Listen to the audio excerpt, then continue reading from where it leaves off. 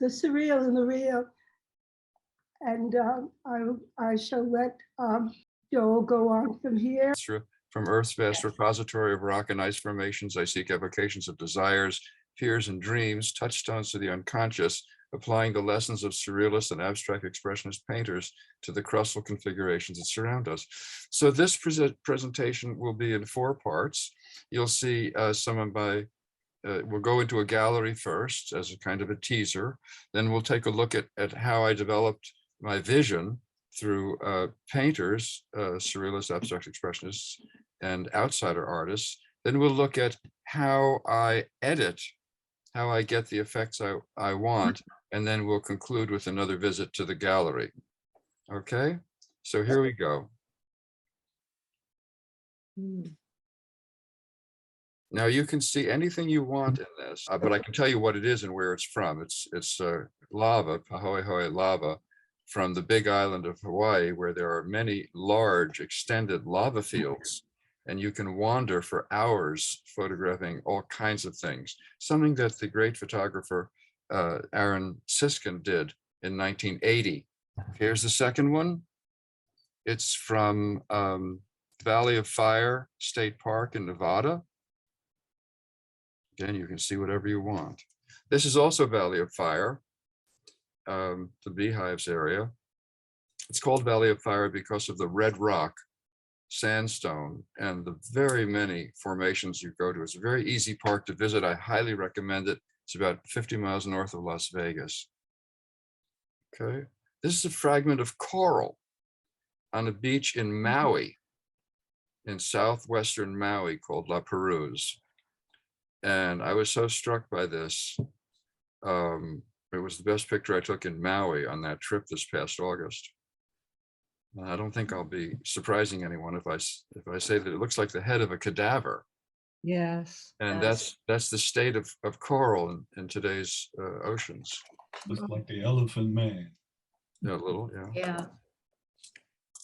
There's an odd thing. I mean, you find things out in nature that are things I could never imagine. The trick is to see them and photograph them and then work on them and bring to light the vision that you had when you caught them. All right, this is from a place called Little Finland. It's about 50 miles east of Las Vegas in the Lake Mead area. Total wilderness. Took 3 hours off the asphalt through sand and mud to get there. We spent the night. And this, as you can see, this was taken with bright sunlight in the late afternoon.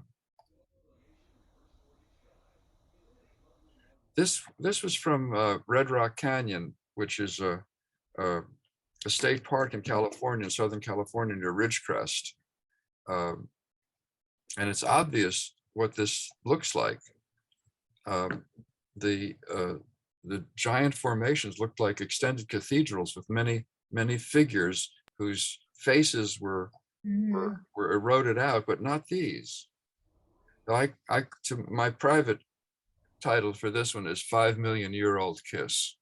Now, what we're looking at is the phenomenon of pareidolia, the tendency to perceive a specific, often meaningful image in a random or ambiguous visual pattern. I like the man and the moon, and there are a lot of common ones, but I'm going a little farther than that. Here's an example of pareidolia at Dali's childhood stomping ground of Cap de Creus, which he called a catastrophe of cumuli and ruins.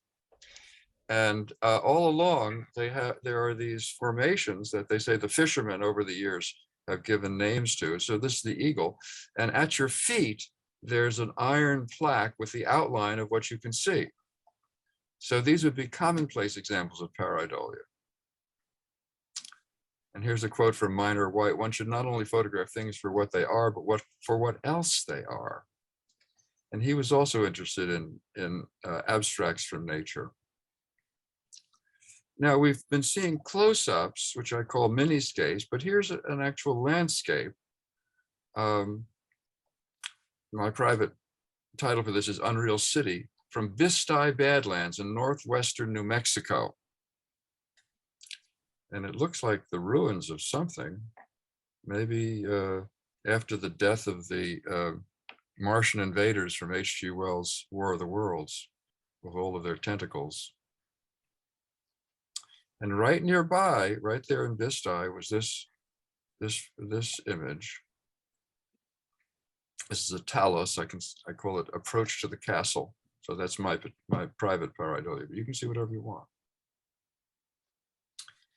And this was a real surprise. It was composed of two still images from a drone video over this wetland here in New Jersey, in East Hanover, at the end of March last year. And they fitted together quite well and made a square that seemed to make sense. This is both abstract and concrete. And it's much more effective in black and white than color, which is another discussion.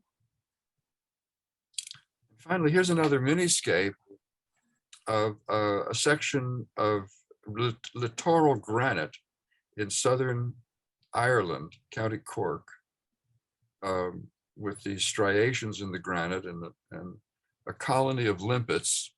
So that's why you know that I didn't take this from 300 feet up. Those are not buildings. Those are limpets that are 3/8 of an inch across. And then a little pool right below center, which to me looks like a sinister eye of a monster, but you can see whatever you want. Now I'm going to look at some influences from painters. One question is, how do I see these things? I go out and people are taking beautiful landscapes, and I used to take a lot of landscapes, and I still do. I can't avoid landscapes. They're gorgeous. But this is what I'm focusing on. And it may very well be a new pathway into photographing nature. So we'll take a look. Here's a Mata painting. He calls it the fall, or a self-portrait of somebody. And if we turn it into black and white, and then here's a photograph of mine. Now, I'm not saying I'm imitating this painting. In fact, I put them together long after I took this photograph.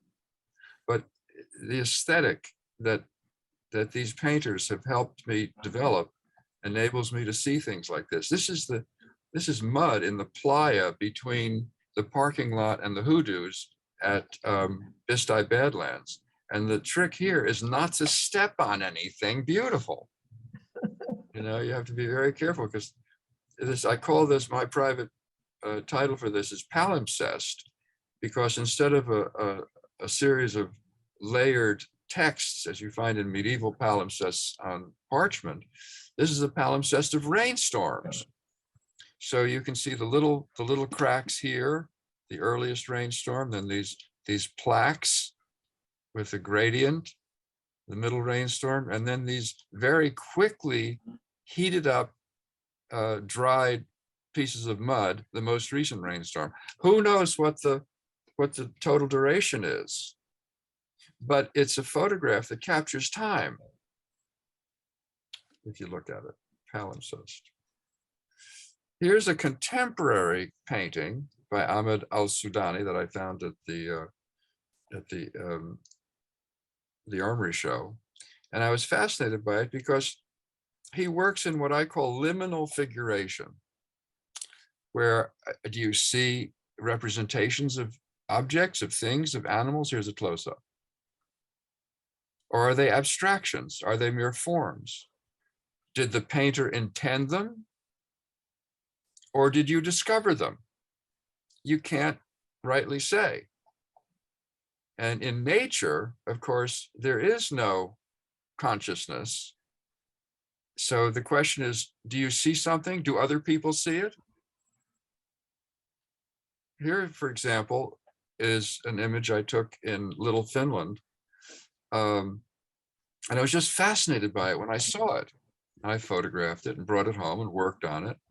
But I can't tell you what it is. Is it a window? Is it a face? Are these bodies up here? Is it something scary? Does it represent desire? Is it disturbing? Is it fascinating? I can't tell you. It's your decision. But I can say that to me it was provocative. Another example, are there figures here or not? Do you see faces? I don't want to prejudice you. I see a face with its mouth open here and another with its mouth open here, and they seem to be worshiping or paying obeisance to this figure up here with a long nose. I don't know. This is from Les Calanches, which is a group of red rocks in central Corsica on the coast, on the west coast, where there's a highway that winds around them, and with occasional places you can pull over, but otherwise no breakdown way. Les Calanches. Now here's a painting by one of my favorite late Surrealist painters, Wolfgang Pahlen, who died in 1959, which he calls Nuit Tropicale, tropical night. Something I took in Bistai Badlands.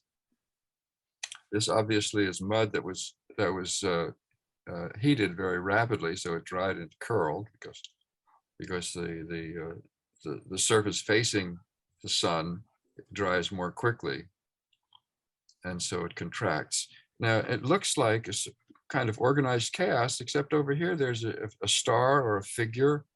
Looks like some prehistoric art I once saw in India. Here the rays are coming out. I call this mud mosaic arrabbiata because it's angry. I mean, to me, the heat, the intense heat of that curled the mud is a form of anger. And here's a Kandinsky painting I photographed at the Guggenheim a couple months ago called Capricious Forms.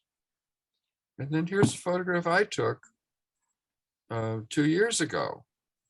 And you see the form down here, which looks like a hand, which is kind of reminiscent of this form here. Again, I did not know this painting when I took this photograph. These things just turn up. And there are other things. Are these planets? Are they body parts? So my informal title for this is Playground for the Mind. There's another playground. And this is from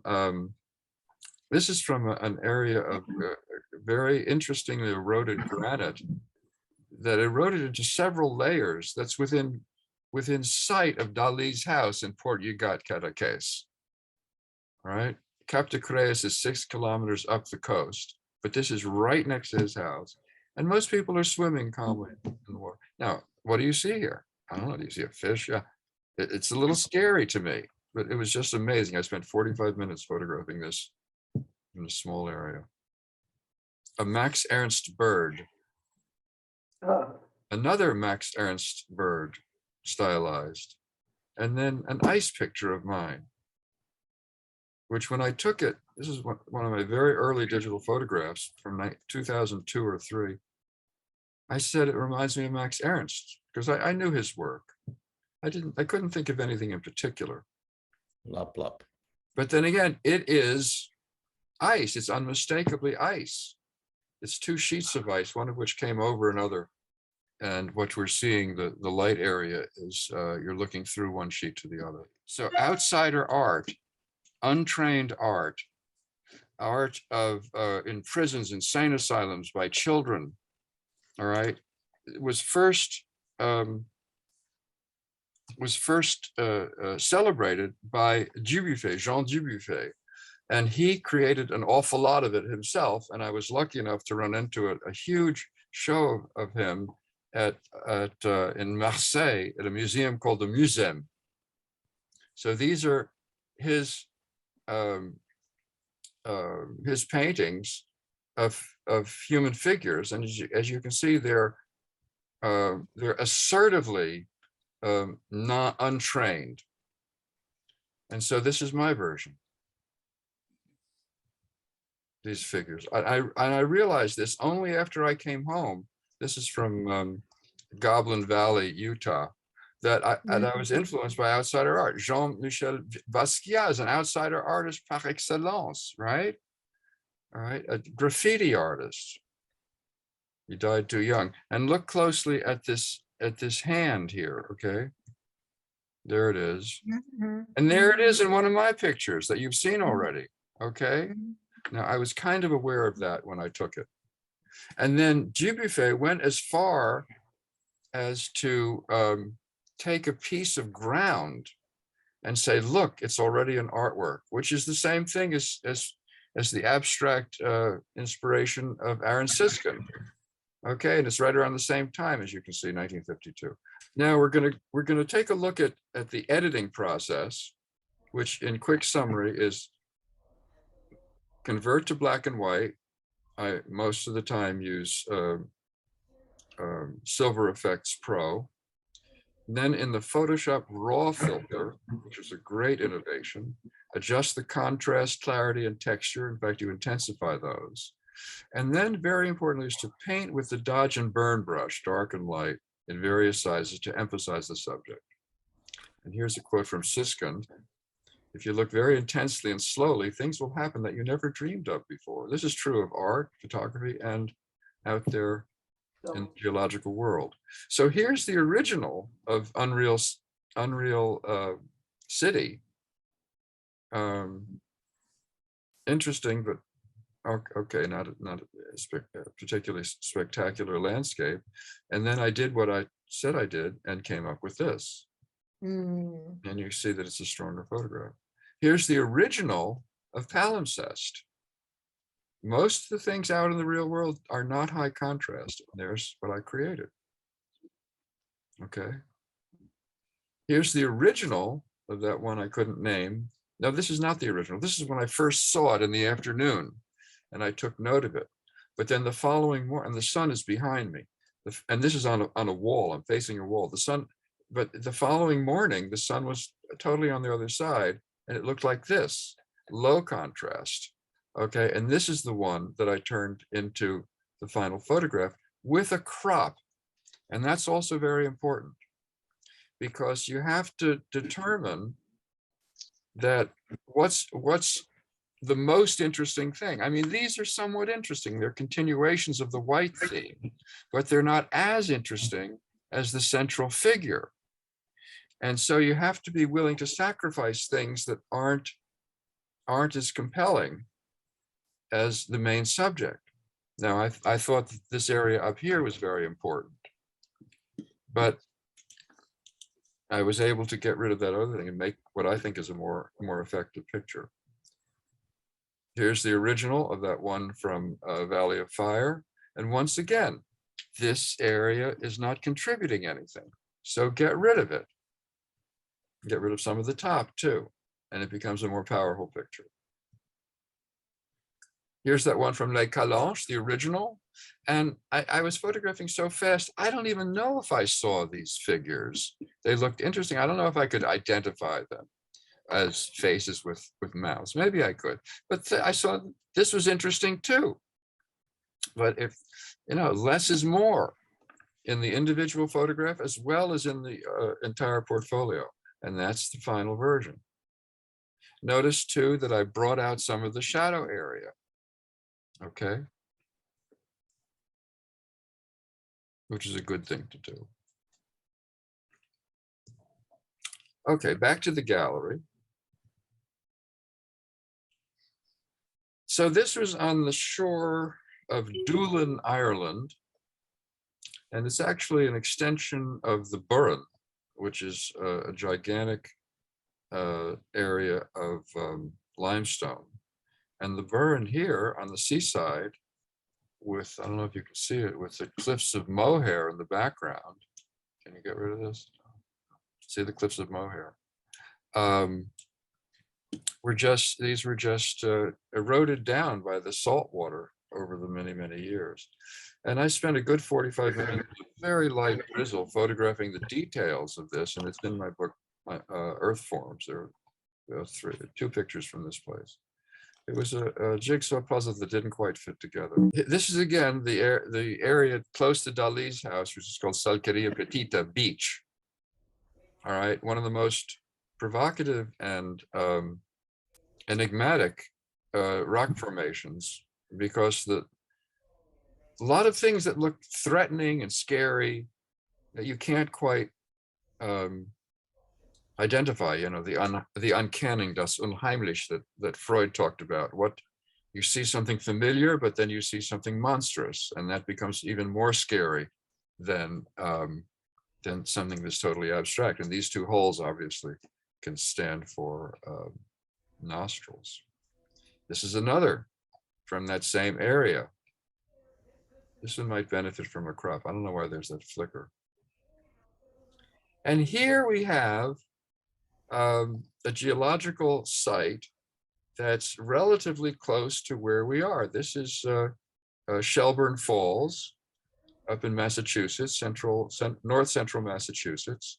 And it's a magnificent place. You have to go around the falls so you have access to the geology at low, when the water is low. You can see many, many interesting things in gorgeous colors, by the way. It's known for their glacial potholes, stones that turned round and round and round, made circular holes, which I think the bottom left figure is a version of. Now, here are a few photographs from the lava field again. Lava, I mean, first of all geology is dealing with fluid dynamics. And most of the time, after the great movements of tectonic movements which send up mountains, the fluid dynamics are the negative ones of erosion, water and wind, and which create these amazing formations that you've been seeing. However, with lava, the fluid dynamics comes from the lava itself, which is a fluid, and it freezes, and it leaves forms that one sees in any other fluid, water or honey, that are very evanescent, whereas here they're frozen. But once they freeze, they begin to erode, and that too is very interesting. I see a gastropod here, but you can see whatever you want. More lava. This again is pahoehoe lava, not the sharp lava, but it comes in many varieties. I see a dead minotaur here, but you can see whatever you want. And this, I don't know what I see, except I love the reticulation. The bordered reticulation, outline reticulation, this thing. And here's what happens when the reticulation disperses, falls apart in a later stage of erosion.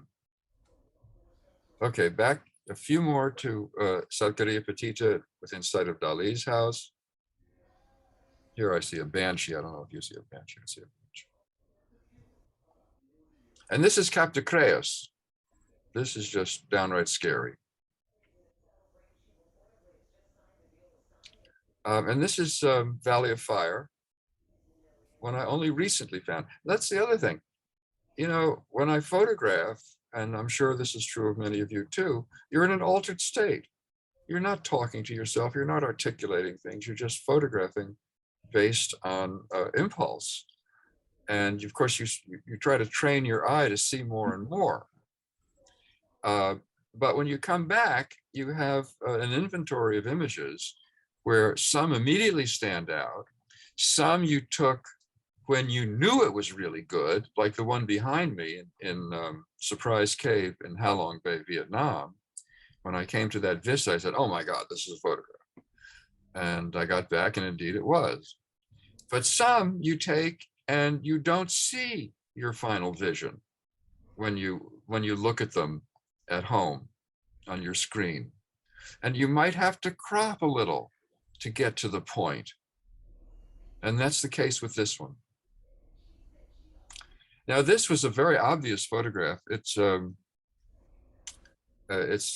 considered to be a single taphonu with many taphoni in it. The taphoni are these honeycomb patterns that are formed by the action of salt water on sandstone or granite. But it's so big that it's hollow on the inside, and shepherds used it during the transhumance, the bringing of the herds up to the high reaches of the mountains, and they made a little shelter out of it. And it's called the Orio di Cani, C-A-N-I or C-A-N-N-I, in southeastern Corsica. at the end of a winding road. I had to ask directions at a local woman's house, and she said, "Oh yeah, they speak a little Italian there, even though Corsica is, of course, a French department." This is back in little Finland, and we spent the night. Woke up about 6 o'clock. The sun wasn't up yet. It was early April, but the moon was, and I saw this object, and it looked a little foreboding. And you can make of it anything you want. I thought it was kind of some kind of coelenterate or some kind of sea monster that would devour you without even chewing you up. So given the moon, I privately called it "Luckily It Sleeps." But again, that's a private title. Now here we are back in France, but on the island off the coast of Brittany called Ouessant, Ushant in English, which has wonderful rock formations on the Pern Peninsula all the way to the west. And this one, I'm sorry, it looked like ET to me, so popular art.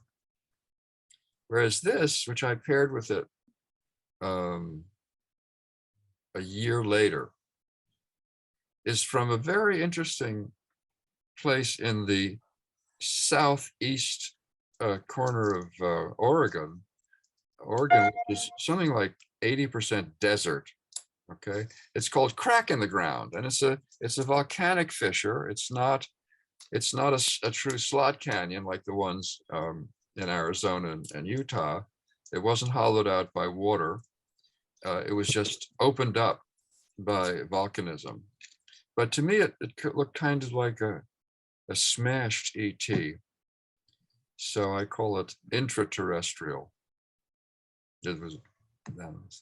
Now here are a few ice photographs from the nearby 78-foot cataract called Patterson Falls in Patterson, New Jersey.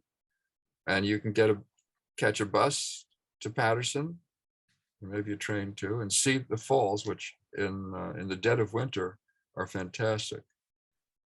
I call this one Catch of the Day. And this is very close by, Patterson Falls. Whereas this is, these are reeds sheathed in ice at Gullfoss, which is, I believe it's the largest waterfall in Europe. It's about 1.5 miles long. In Iceland, in November of 2010, at about 3:30 in the afternoon, and it would be dark by 4. And this is another early digital photograph of mine. You've seen this already. You've seen this in the Max Ernst and I think no. And then this is my epilogue or my envoi. It was taken also at Little Finland. It's not really part of the whole set because there are no details in it. But there was the moon, and if I moved in a certain way, with my telephoto lens, I could catch what looks like a creature trying to devour the moon, followed by 2 other creatures who would take their turn, assuming that the first one was unsuccessful. And here's a Max Ernst quote: "Creativity is that marvelous capacity to grasp mutually distinct realities and draw a spark from their juxtaposition, or resolve their contradiction." Okay, there's my contact information. You're welcome to contact me. You're welcome to leave your email address on the chat room, and I will send you announcements. I will be publishing a new version of my my book. Oh, wait, let's get rid of the stop share. Okay. Publishing a new version of my 50-page book, Playgrounds for the Mind, and I'm very honored that Mr. Andrei Codrescu, who is in attendance, will be writing the introduction. So, yeah, it is wonderfully dreamy to watch your images and dreamy. dreamy, yes. They reminds me of when I drove with my child through the Zion. They Zion always National Park. saw the images and they saw gods and cathedrals, and it was wonderful to hear the children Of look. course. And